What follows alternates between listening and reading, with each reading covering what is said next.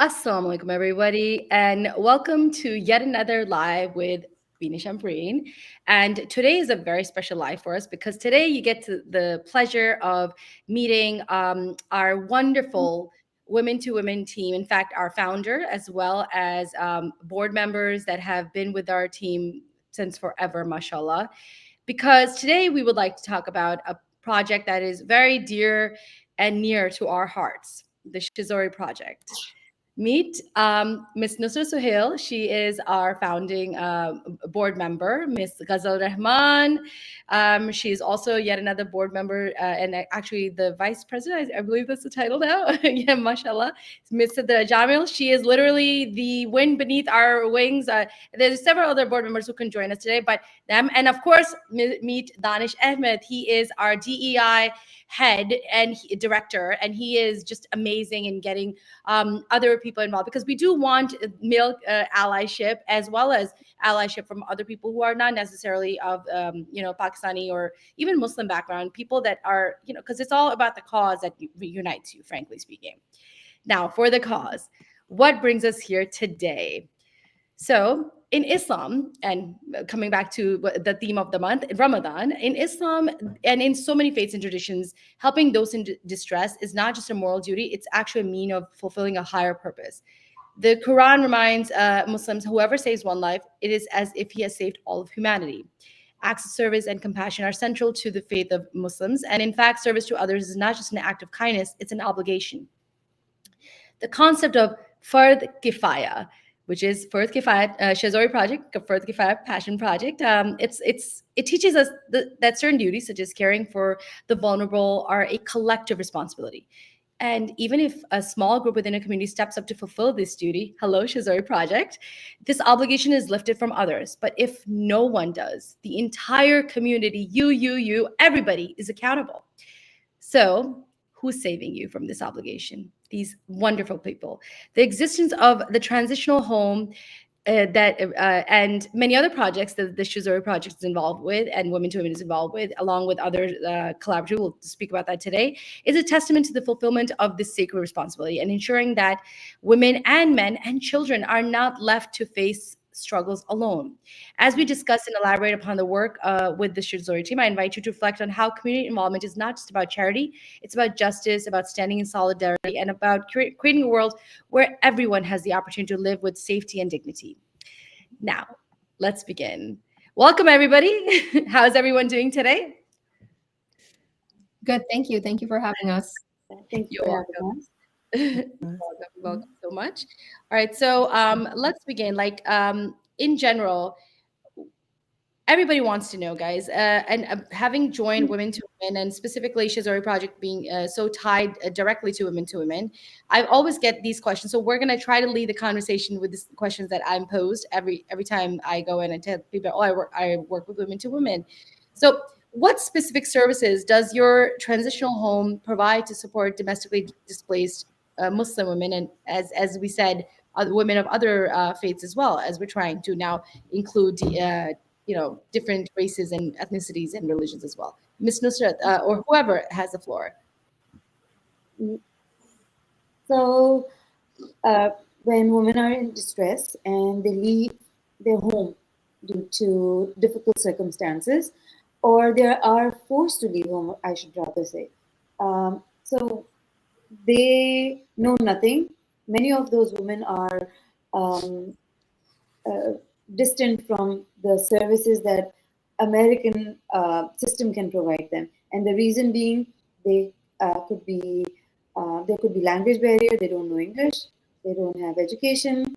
They have many children. Due to they don't know how to drive. Due to which they are not connected with the larger society. And when they come to us, they need anything and everything. So we try to solve problem case by case. And some of the problems are providing housing, food, their children's education, or besides that, health care system, maybe some little cash in the beginning, travel support, getting Uber, or finding a volunteer who can take them around. So these are just few outlined services that we provide. Otherwise, there is a number of other services, and when we go further in discussion, we will share some of the stories what we have done so far with the resident women who come to us. Miss Ghazal, would you like to add anything to that?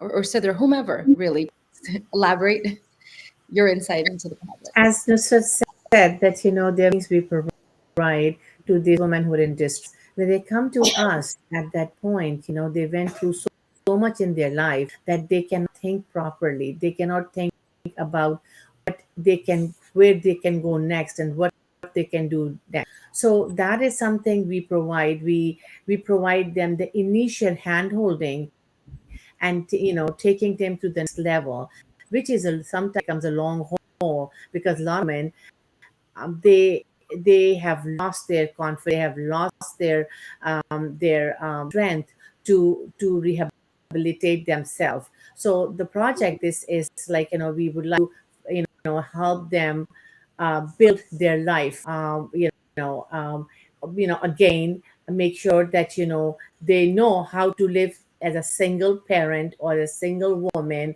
in this world where they can survive. So for them, survival is difficult. They cannot think of surviving without their husband. That's why, or without their life partner, without their any support. So we give them that support here, which they initially need, and then empowered with them to get to the next level. I love how you pose that the initial hand holding. So as many of you are aware, and typically the even though we are trying to make this a more diverse transitional home, typically the women that are of a background of Pakistani or South Asian, and especially Muslim women, unfortunately, we often don't. And we're talking about women's rights. We spoke about that last week. But however, our culture is very oftentimes, not always, but oftentimes kind of disparaging in terms of teaching women how to live independently. And I love how you said that, like, we provide the initial hand loaning, because a lot of these women, if they've lost a husband or if they are victims of domestic abuse, they don't not only know how to, if they're a victim of domestic abuse, get out of that situation, but they don't even know once they're out what to do. And even if they're widows, like Miss Nusra or Sidra or Danish, whomever, like, please, have you ever had a situation where a widow, for example, I mean, domestic abuse, you're basically rescuing the woman. What about it in a situation where somebody's a widow or has lost their husband for whatever reason? Sure. So, thank you for the question, Binish. I want to just add a few things to what Nusrat Sahel and Ghazal initially shared with the audience. We definitely want to empower women to a point where they can comfortably spread their wings and fly comfortably in the outside environment. Our transitional home offers a safe and nurturing and culturally sensitive environment for specifically Muslim women. We boast a halal kitchen. That's something that we would like to emphasize on. We have a dedicated prayer area, which is mindful of the standards of cleanliness and hygiene that our religion confirms to, and that is a supportive environment that's not readily available in other shelter homes that are provided by the state. So, having said that, it does allow a better, safe, nurturing, and culturally sensitive environment for displaced Muslim women who have experienced domestic displacement. Another thing that I'd like to add is that this secure housing we provide along with our resources individualized case management. We deal every family as they come to us, depending on what kind of circumstances they've been previously engaged in. Any trauma, we offer trauma informed counseling. We offer legal aid in the sense of getting them connected to legal resources. We offer financial empowerment. We offer employment assistance. We offer case by case help with tutoring of any of their children, or getting them admission into the school districts and things of that nature. So, moving on to your question about how we're culturally sensitive, I would say that we boast a halal kitchen.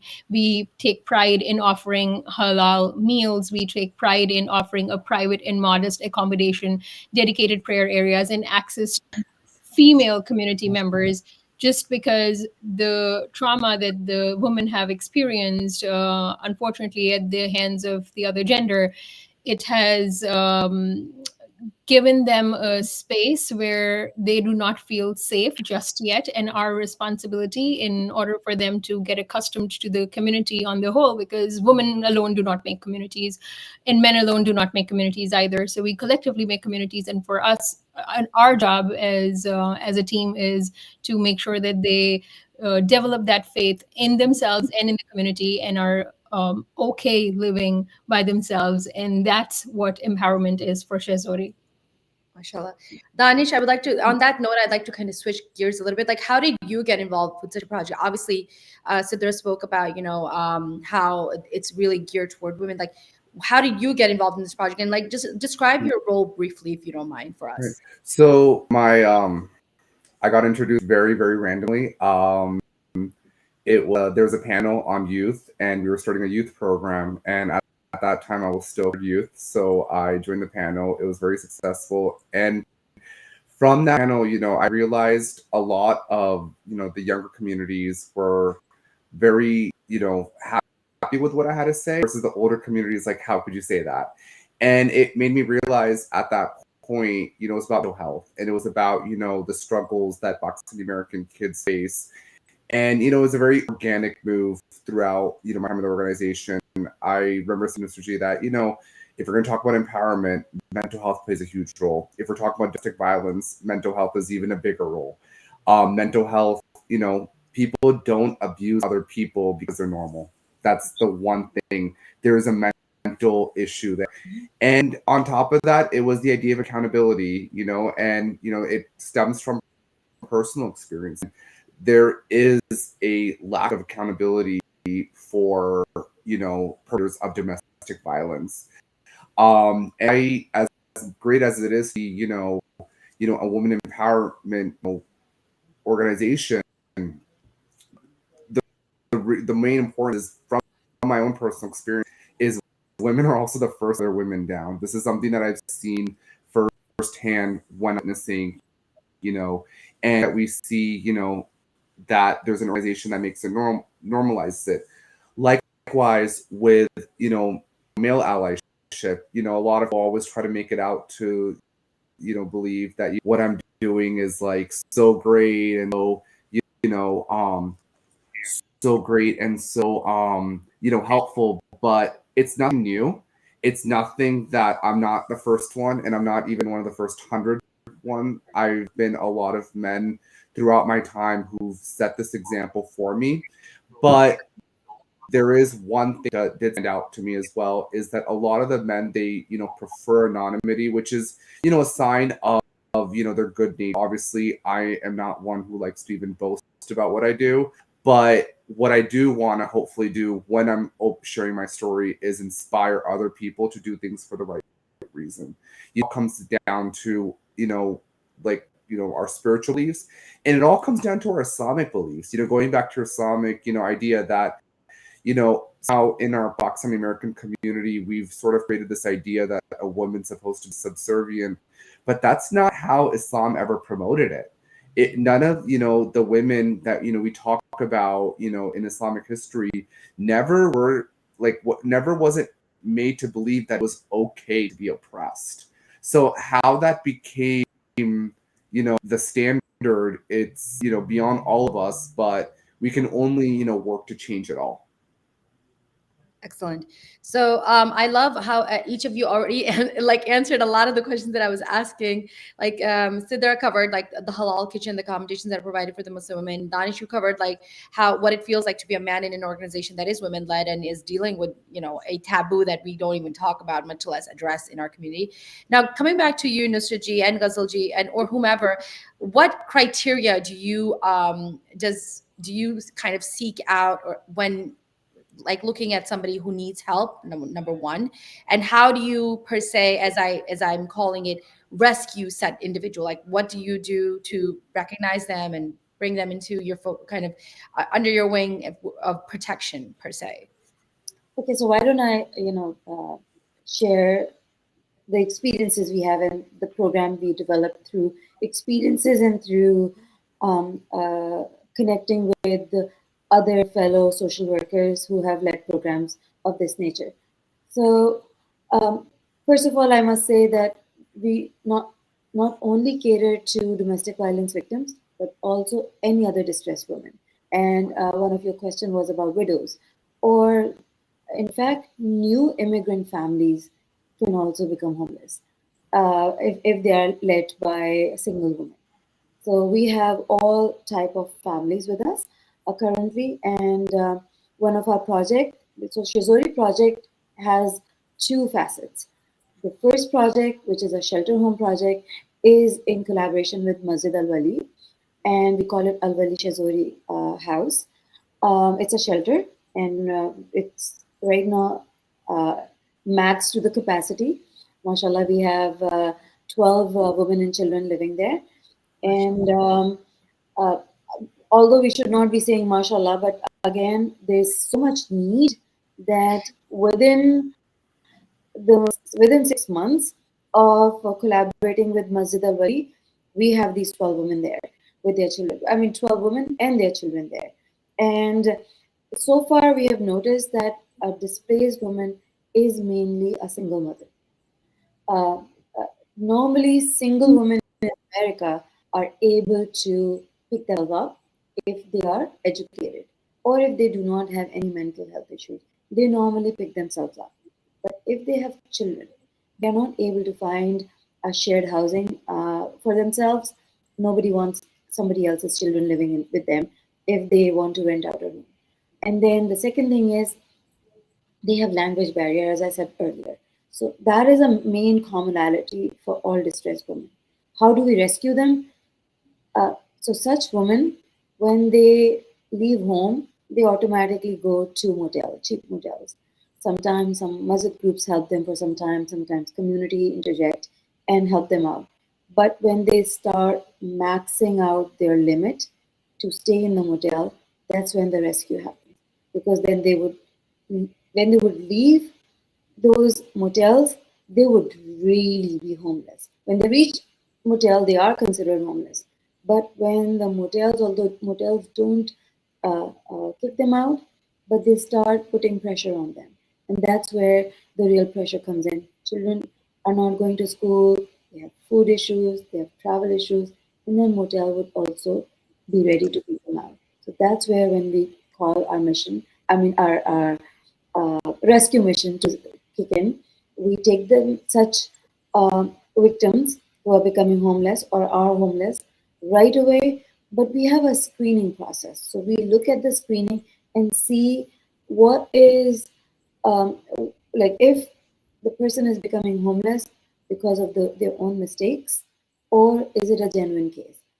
Although we do not discriminate anyone if somebody is homeless because they have made some wrong financial decisions earlier, but we just see if they have the right reference, if they have the right attitude, and they really need this kind of zakat and sadaqah support from us, then we take them. Excellent. And Ghazalji, like, would you like to add something to that? Nusrat has said mostly everything, but as we empower, I would like to go to the next step. As we empower these women, and we are making sure that they can have like some capacity in getting themselves, getting to going out and doing for themselves. These women, some women, they don't even know how to go to grocery store, little like a buy a phone or do bills for themselves. So we put them into doing that. Green card, like they have green card, but they don't have citizenship. We make sure that they're eligible for that, and we have done it. And we work with them to get citizenship, to get more benefits. And then so after that, we have women. We call it Shehzori guest house. We have that is for affordable guest house, in which we just it's a project that we have under the umbrella. And what we that has is that we have graduated the women from the shelter. They're going there, and they are starting this their first step for them to get to be on their own and start working in the workforce and able to support themselves. So something we're helping them, and we, Nusrat really worked very hard to get that set up, and really, um, you know, um, happy that we are seeing these women going to, think like, that they can support and they can take care of themselves. Excellent. Again, you guys are answering the question before I asked them. So yes, so that was my next question. Like, what happens, next? Like, okay, somebody's found themselves in a situation where they're living in a motel, or even, God forbid, in a worse situation. You know, honestly, like, if one starts to imagine, and one starts to think, like, what if I was in this situation? What are the steps that I would take? How would I deal? Like, most people do not plan for such a situation where they're left without a roof over their head, frankly speaking. People oftentimes take for granted things like shelter, believe it or not. Especially we do, I think a lot of us in America do take our food and our living, like our homes and our, having the ability to be eating 3 meals a day, whatever, at liberty. So to be in a situation like that, you don't really have anything planned. God forbid if somebody's spouse passes there, or if you're in a situation where you're living from day to day, how do you? So yeah, they end up at your home. You're providing a Muslim kitchen. You're getting them legal services if they need it. You're providing mental health if they need it through social workers and means like that. And then your eventual goal is to transition them from that transitional home to affordable housing, where if they are earning, then they, contribute a percentage or whatnot. How much would, well, I don't know if we're at the liberty to discuss, but how much, but what exactly are the markers, that you would say takes for somebody to now go into that affordable housing from that transitional home where you were kind of assisting them with everything? Anyone? Okay, why don't I share? Sidra, do you want to give some details of Yes, how sure. we transition, from shelter into this new affordable housing project that we started?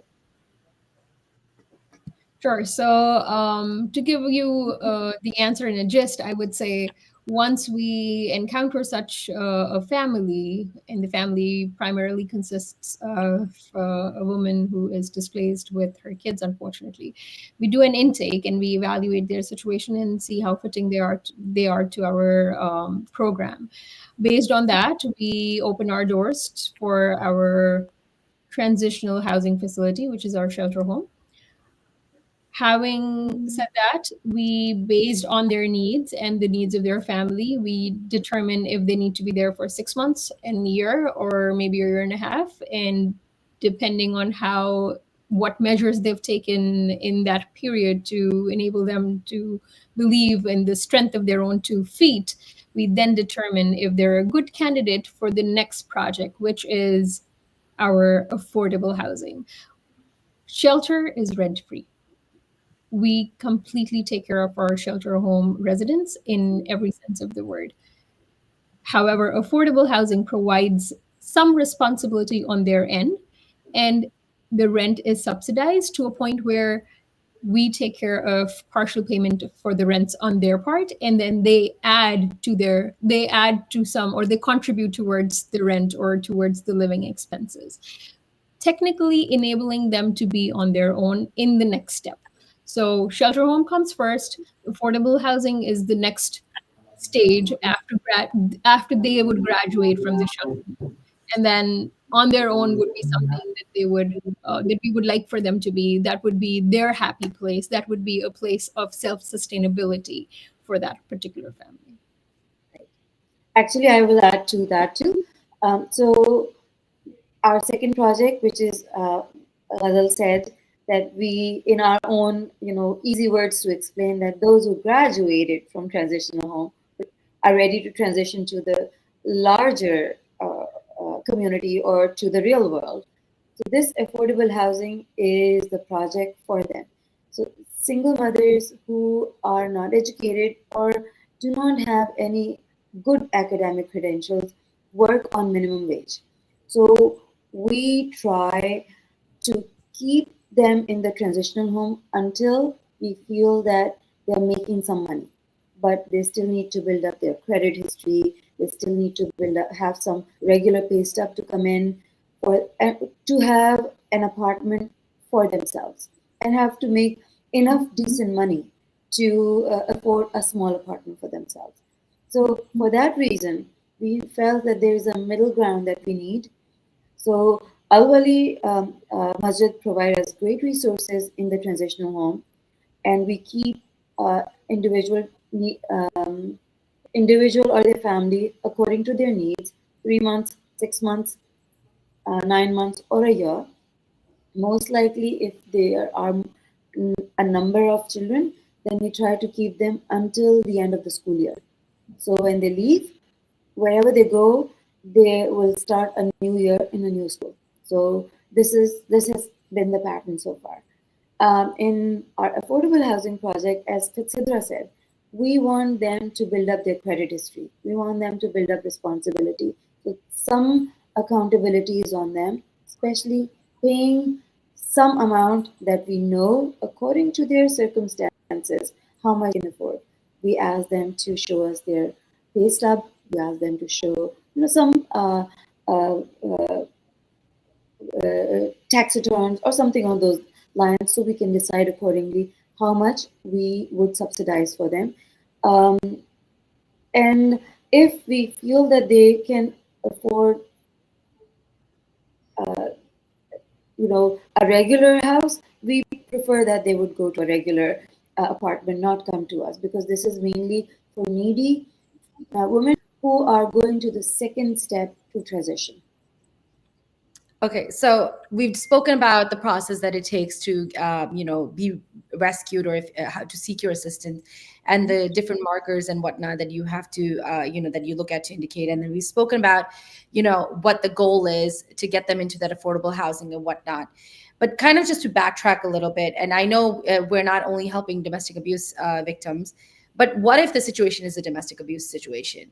And there's so many, Hollywood has spoken about this a lot, and even like you know our Pakistani media and Indian arts have covered this as well. So I have to ask, I must ask the question, what about privacy and specifically security? Worst case scenario, the absolute worst situation, that somebody's running away from an abuser, and they end up in your home. How do you ensure that person's safety or privacy once they're in your home? I'm sure there will be people asking that question as well. Unfortunately, there's people like that too. Mhm. Anyone?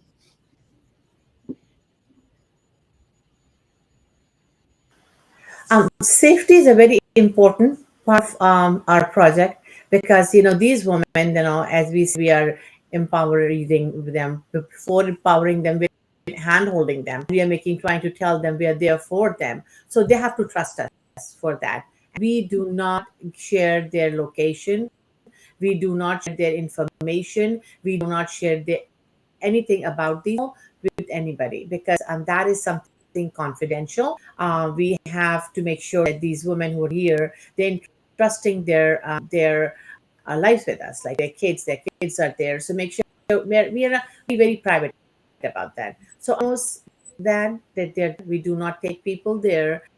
We try to tell anybody not to give their their address or anybody, because that is very important for them, and that we always be care about that. So so far it's really everybody is trying to and they understand that too, that they will not give their information, and if they have to meet somebody, we ask them to meet somewhere in common place, not in our Shehzori Health. And also, the organizations connect law enforcement officials as well. We have a lot of support from politicians, everything. So, thankfully, it's never happened, but forbid the need existed, we do have the resources to help us in that regards. Right. So I would add to it, Yeah. that's a very good point, that we have stakeholders who are supporting us. And I will reiterate, location is absolutely, undisclosed.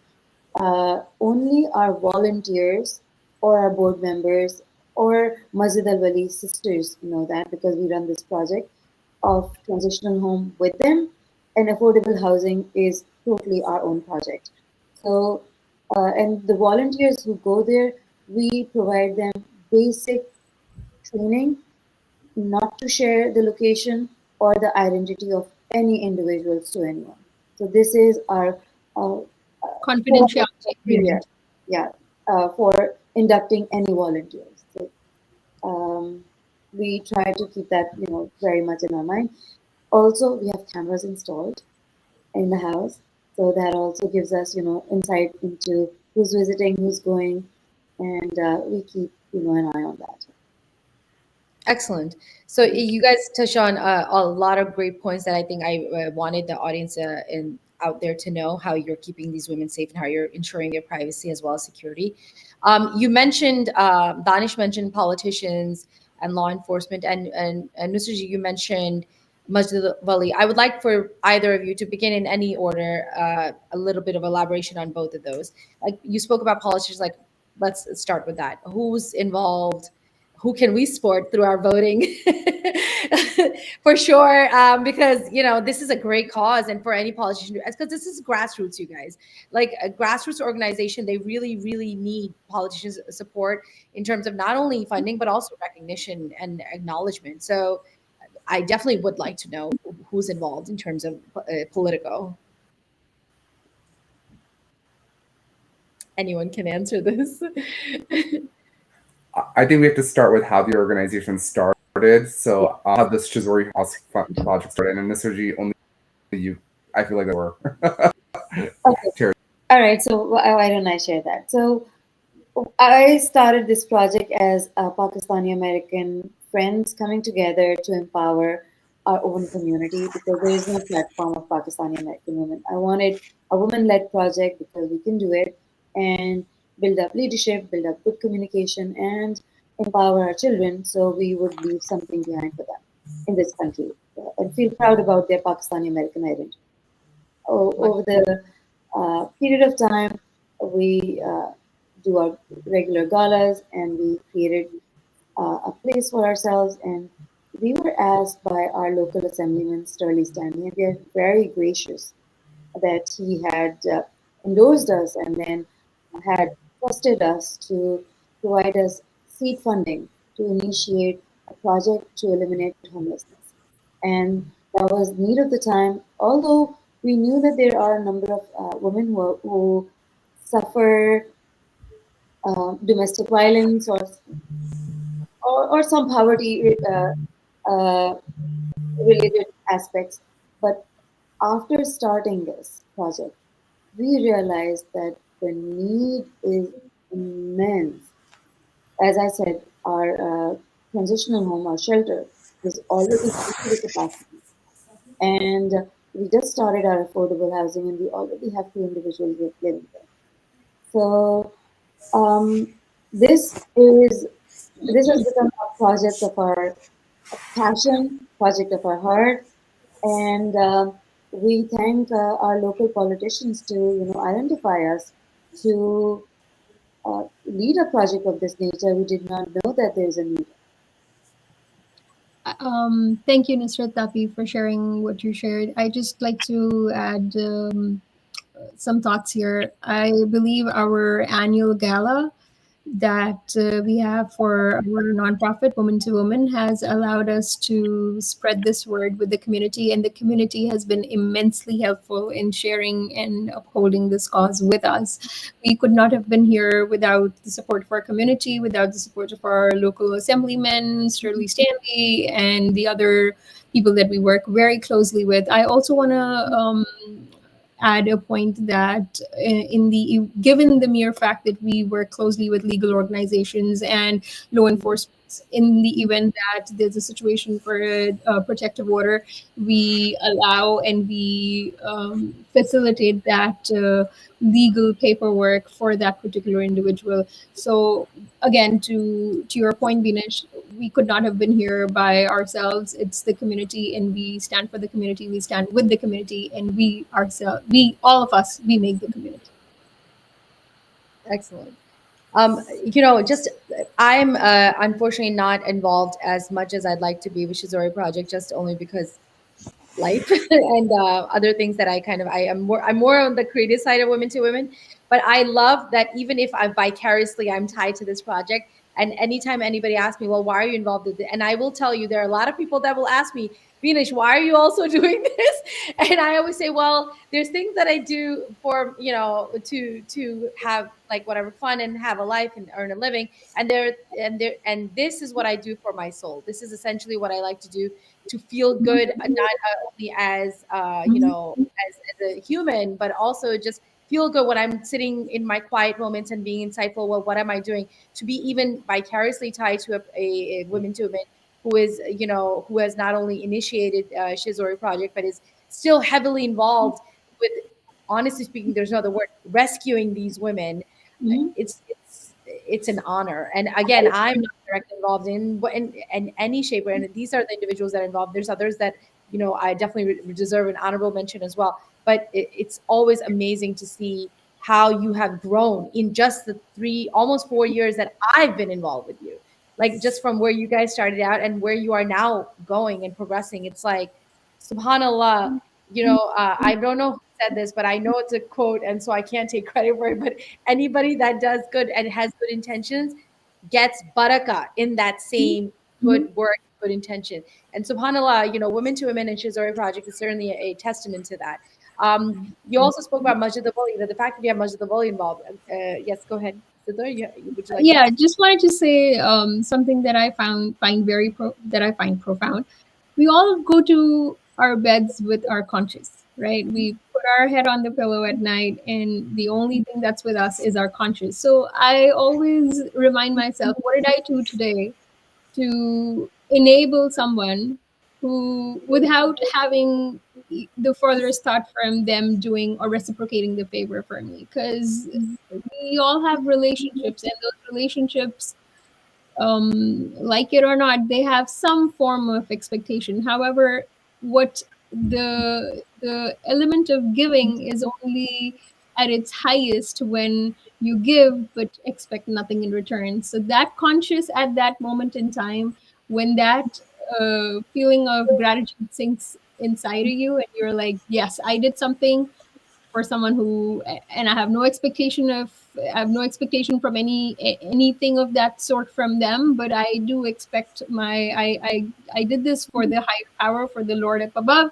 and I give it in his capable hands to allow the blessings. And you put yourself in a place where you are open to receiving and embracing whatever he sends your way, because you went out of the way. You didn't have to do it, but because you did it, you have a sense of gratitude in your own heart, and that allows you to humble yourself down, and also open doors for people who did not initially have the opportunity to. And come to think of it, we weren't born in this country. We came here with almost next to nothing. For us, I can only speak for myself. I'm a first generation immigrant, but I always have felt that anytime I went or did anything for somebody, I have noticed that God has opened doors for places beyond my imagination. And I always share this in any of my panels and in any of my public speaking experiences, that we should always have that element of giving without having any expectation, and leave the rest in the hands of the all capable. Well, I actually want to add to that also. I don't think any of us came to this organization thinking, we're going to make a big difference. And, the reality around making a big difference, it comes in small steps. It doesn't happen overnight. And come to think of it, like, how, going back to how I started, I was bored during the pandemic, and I needed something to do to keep myself busy because everything was closed. And in these 5 years, with that foundation, building blocks, I was, looking back, I realized, oh wow, like, you were able to do all that much. And part of me also feels it's not enough. And it's, and that's, what we need to remind people. Your small little contribution can go such a long way. Even with Shehzori House Project, I never imagined, being involved with it. In fact, I still remember when Mr. G announced it, I was like, oh my God, are we what are we ourselves into? Yet it's alhamdulillah been 3 years, something that Majid Al Wali recognized with and wanted to collaborate ourselves with. We didn't have that. And I saw how hard Mr. G worked on it. And, she likes to give our team the credit, but, she's definitely, The founder. she's definitely a definitive person. Without her, it could have been done. We helped her, but it was, Her her project. her determination. Vision. Her vision. Exactly. And with my involvement of Shehzori House, how did it start? One day someone needed to install a TV. And one day someone needed help with plumbing. And I'm not, at all the home improvement person at all, but it had to be done. And thank God for YouTube that helped me get through it. And and then, little by little, I remember going to a politician event and I was the only one there, and councilwoman referred me, and I'm like, all of a sudden, typically I'd be like calling Nasaji or Ghazi to help out, and suddenly I realized I was in the forefront, and it pretty much became my first case. Through that, I learned the way this woman, who is a very intelligent woman, by the way, PhD, I mean, brilliant person, the way she looked at me as a sign of hope from helping in a domestic violence case. Be honest, I don't really even think I did anything. All I did was talk to her, and anytime I'd say, it's already been done. Did you do this? It's already been done. But having that phone call with someone was, a shine of hope, and possibly one of the most emotional things I've ever seen in my life. And to think you can make a difference just by showing you care, that takes nothing out of you. Yes, it's a lot of talking, but it's so worth it. And just showing that sympathy and compassion to someone else, really the foundation of this organization. I actually piggyback on that. I sometimes sit down and think about what has happened in these past 3 years. This trust from the community, this trust from these families who come and pour their heart out to us. Like, what have we done that God has given this kind of responsibility to us? And then we are able to maybe not solve every problem, but the bulk of the problem. This gratitude that comes with it, that we are able to help these needy individuals and their children who are hope for our future, and who give duas to us. Don't get me wrong, I feel power of dua is immense, and we get these duas from these individuals. I think that is what's sustaining us. It's what we are doing. We are very humble creatures, but what we are able to do is because we have a team, we are able to trust, and also um, I'm sorry, I'm not exactly sure what that's. you want to do a little mute for all of us, please? No, it's not on my side. Mm-mm. Sorry, my bad. I lost my chain of thought, but No, I'm just no, saying, yeah. yeah, I'm saying that it is very powerful feeling, and with a gratitude. Maybe is it from my end? It's possible. This is live stream, you guys. Anything goes. This is what happens sometimes. It's a tech world, so it has a downside too. However, it's not stopping us to communicate our message. Nothing That's stops us. Alhamdulillah. so this is one of the little hurdle that we are facing. There are so many such hurdles, and I must say, whenever we need, because we are women and we know there are certain limitations, especially lifting heavy things and building up, Amazon gadgets to fix the house, and this is where our allyship comes in. Danish and his team helps us in building it up, and at really odd hours, they never say no to it, because the gratitude we feel internally, each one of us, is beyond explanation. Exactly, mashallah.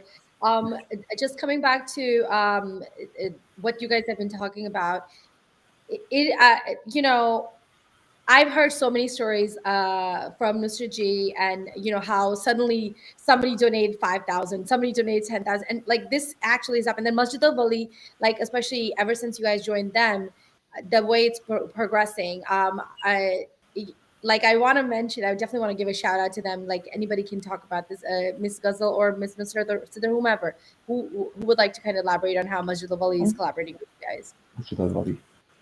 Okay. Um, My- Maybe I should again say, because finances is mostly dealt by me.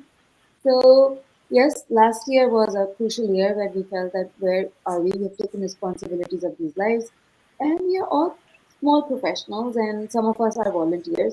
How can we, continue to pay rent and the utilities and the need of each and every individual? So that's why we collaborated with Masjid Al Wali, and they are fabulous in looking after that. I mean, their sisters are extremely helpful and help us run the program and forefront with us, so can't thank them enough. And this endorsement that Al Wali has given has definitely helped us, escalate our status in the community. So these endorsement that all these individuals or all these organizations are giving are helping us. But the most donation that we receive are from small donors. You know, the $25 and the $100 and the $15 that we receive, and some of them just give $10 a month.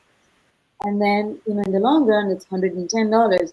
But that continuous coming in of those funds are, I mean, the change makers. Um, and we keep our finances different from Masjid Al Wali. Masjid Al Wali has promised us to help with the Al Wali Shehzori project, which is a shelter. It's run by them. Their funds are separate, but we keep our funds mainly for uh, doing little things, maybe running around, helping with Uber, things of that nature. Or if they need furniture and we are, they need blinds, so we help them out uh, in kind support more of. While our most of the funds that we collect are now going towards the affordable housing project that we recently built up. I hope that clarifies it. We do not now interfere in the transitional homes bigger funds, because graciously Masjid Al Wali is taking care. Awesome. So on that note, like Ghazalji, would you like to elaborate? Our finance girl, would you like to elaborate on, what can other people do? What can the community do in terms of helping the finances of the affordable housing project or any other of the projects that are obviously that we're talking about today? How can the broader community contribute to your mission, whether through donations, volunteer? Well, like, what would you suggest is a better, is the best way to do that? So, we would like, our community to get engaged with us and, just promote us, because, going the word out there might be some who need this, this shelter or the affordable housing. As far as the finances, what we have is that we have a Zafi, and we have people send us money, as it mentioned, a monthly basis. People just send, like in Ramadan, people want to send money. We would like them to send money for our project, for both project, affordable homing and Shehzori house. The reason, as Nusrat said, we do, we don't, the Alwali has provided us the place, but for little things that these women need, we are there for them. And they want us to help them out in a lot of different things that that's needed for these women, their children, and we provide them those. And we constantly in need of helping women who are far. Like, now Nusrat has been to different states, like, closer states. He drove and helped the woman, brought them here. And we are planning to go to another state. A woman, a girl is calling us, and maybe next week to see how it's going and if she needs help. So call us, and the parents, we get the parents involved. They're single girls. They're here. They have any help. We tell them we are there for you. to let us know what to do for you, because they don't know their rights. They don't even know how to call 911 if they're into that situation. So that's what, we need, funding to helping people who are not living in our shelters but living outside. We're helping them a lot. What I also want to add as well, there's a lot of, I think especially during Ramadan, we always see a lot of, organizations doing a fundraiser. Fundraisers is, pretty much simultaneous with Ramadan. I see Ramadan now that I see so far. And, a lot of that times the money is, go overseas. And, I always hear how much $1 can stretch, in a different country. But, I always find those people and they're always shocked. They're always, it's not like they don't care, they don't realize it, that there is a parallel universe of people here struggling. We all are coming from upper middle class, worlds, and we're, able, we don't worry about those small things. We take it for granted, as Venus was saying earlier. And the thing is that we can't even make that argument about a dollar stretching because they're going through the same struggles as we are. And, at the end of the day, even if, understandably, like, we're earning in dollars and zakat is based on percentage of income, we'd help the people who, are similar economic backgrounds, having spoken to a few imams and sheikhs about it. So we can't forget that there is a community that's, part of our mission is we're Pakistani Americans. We're not a Pakistani organization. We're not an American. We're a Pakistani American organization. And we're here, Italian Americans, Irish Americans, Chinese Americans, they've been here and they have their own culture. We're now here for almost years and our community's growing, over the years as well. So we can't forget that there is a need in the US as well.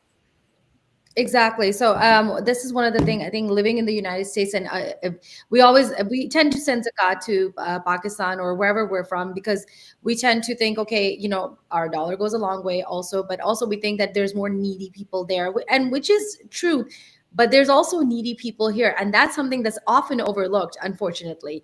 Like there are people that go to bed hungry even here. There are people in our community actually working not only just with women, but my previous work experience in different organizations where we were dealing with a variety of community cases.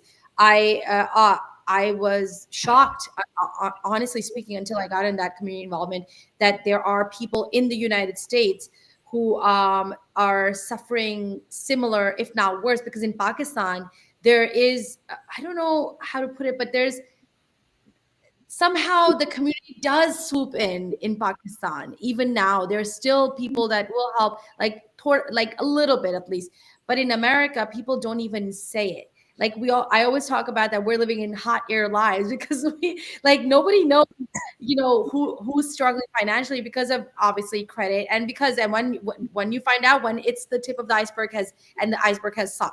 That's when you find out that somebody has got into a situation. Otherwise, you don't know if somebody's in a domestic abuse situation, in a marriage that's failing, or in a situation where they don't have food on the table for them or their kids, or even displaced or homeless. You don't know until it's happened.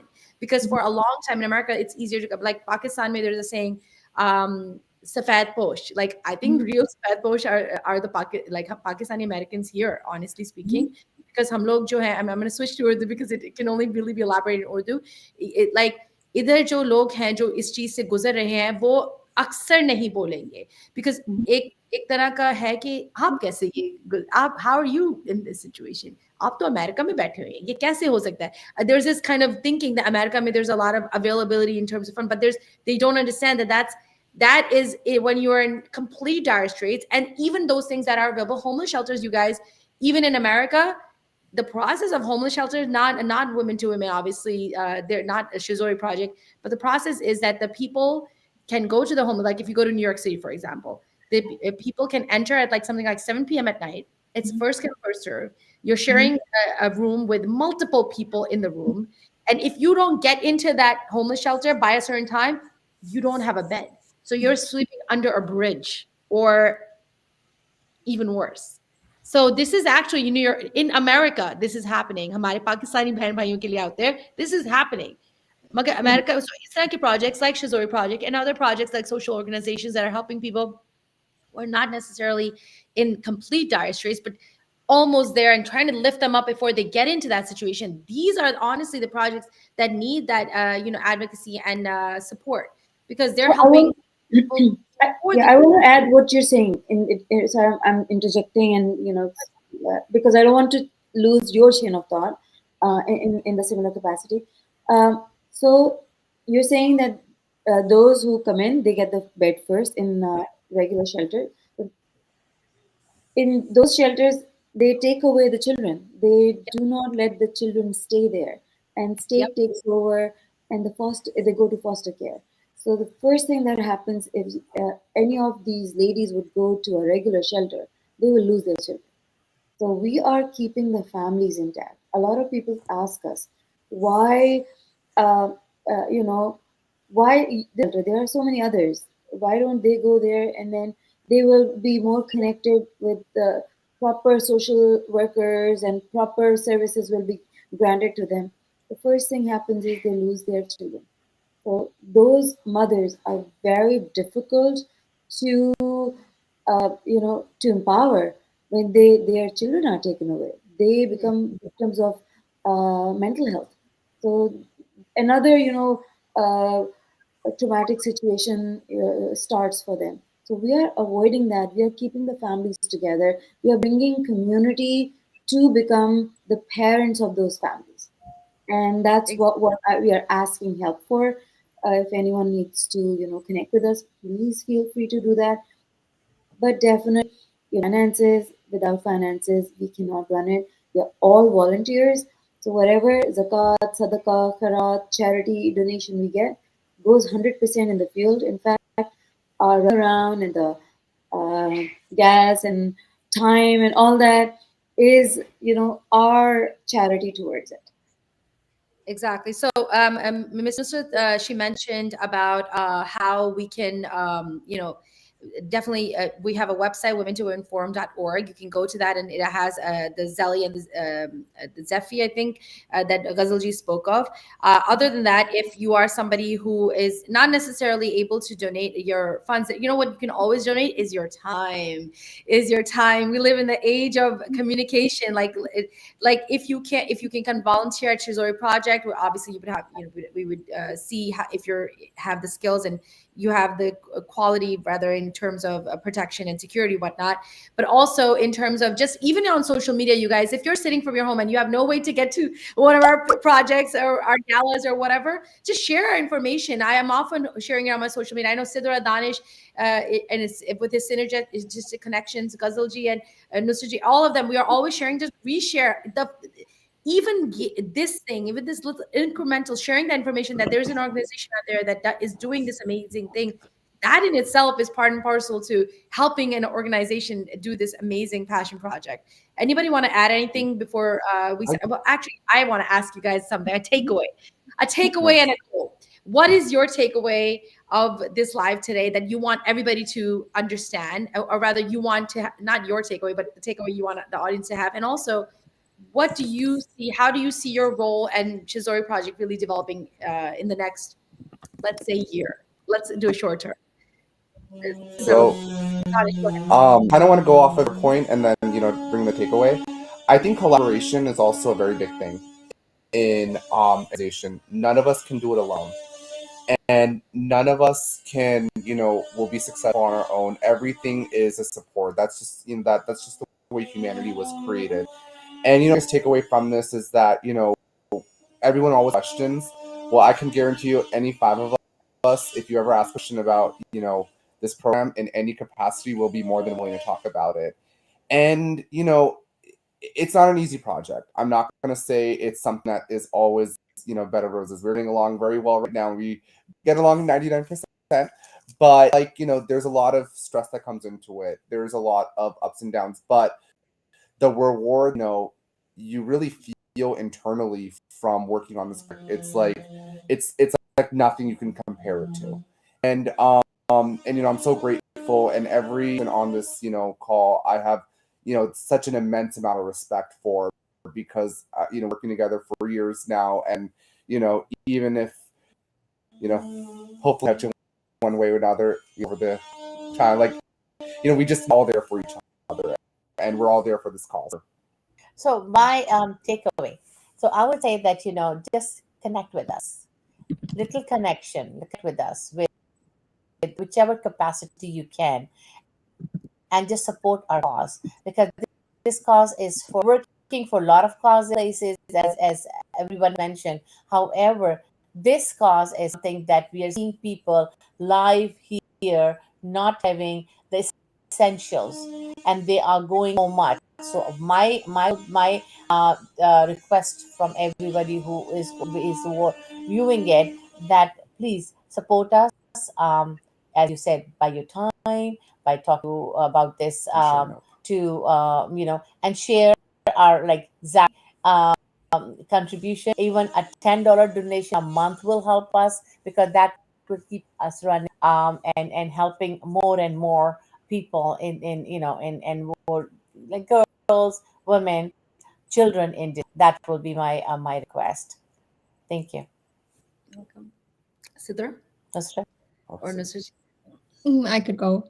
Okay. Uh, I'd only say that our work is only possible through the collective efforts of our community.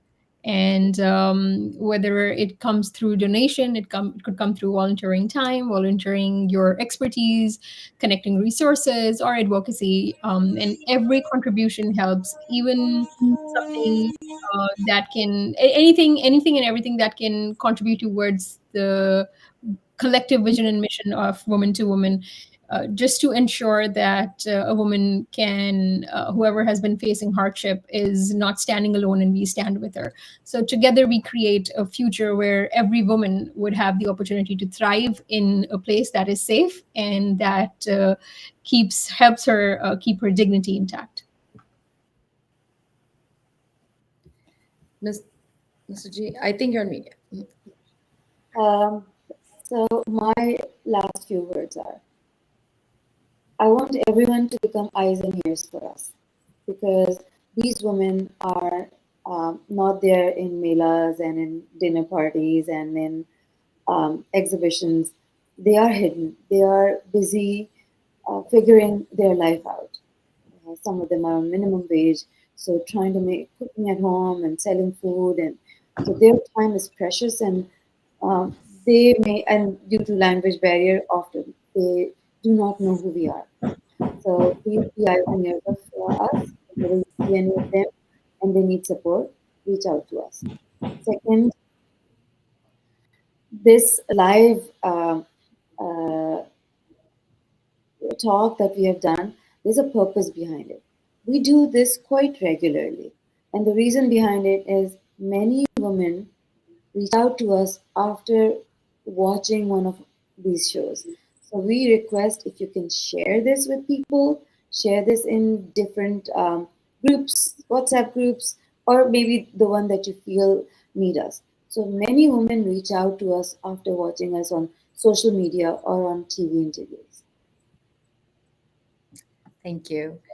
Now, as we come to the end of this discussion, I just want to take a moment and just reflect on the deep sense of duty that has brought all of us here today. The work of supporting and uplifting survivors, victims of domestic abuse, as well as those that are domestically displaced, is not just an act of charity, it's a fundamental obligation, not just as a Muslim, but as a human. The efforts of this transitional home, as well as the affordable housing and beyond, are those who sustain it. And those who sustain it are the epitome of what it means to live by not only your faith and its obligation to it, but also serving a higher purpose. Through their work, the work of Shehzori team, as well as Women to Women, they have provided more than just a shelter to these people. They've offered safety, dignity, and a renewed sense of hope to those who have faced unimaginable hardships.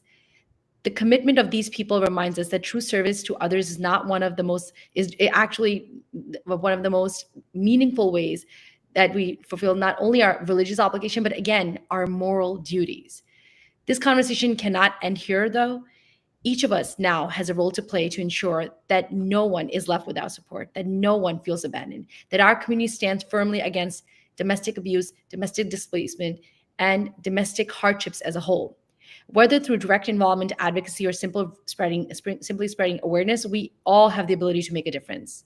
I want to extend my deepest gratitude to the panelists, Thank you so much, Nusraji, Danish, Ghazalji, as well as Asidra, for all that you do and for the amazing, incredible work, as well as the insights that you've offered all of us here today. May we all take inspiration from you, your conversations, your commitment to the community, and to those that, as Sidra said, can't even give back or even recognize that you've done something well, to just a higher power and what the higher power has for in terms of standards for you. Let's uphold the values of justice, compassion, and collective responsibility in our communities, and continue the work today and always, inshallah ta'ala. Thank you, Thank everyone. you. All Thank Thank you. you. Thank you. right, assalamu alaikum, everyone. You're muted, Nusrat. Thank you for hosting it. It was wonderful talking about all this with you. Thank you. Thank you for Thank you, giving me Vinesh. the option to host this. All right, take care, everyone. Assalamu Thank you, alaikum. Mr. Abdi. Assalamualaikum. Assalamualaikum.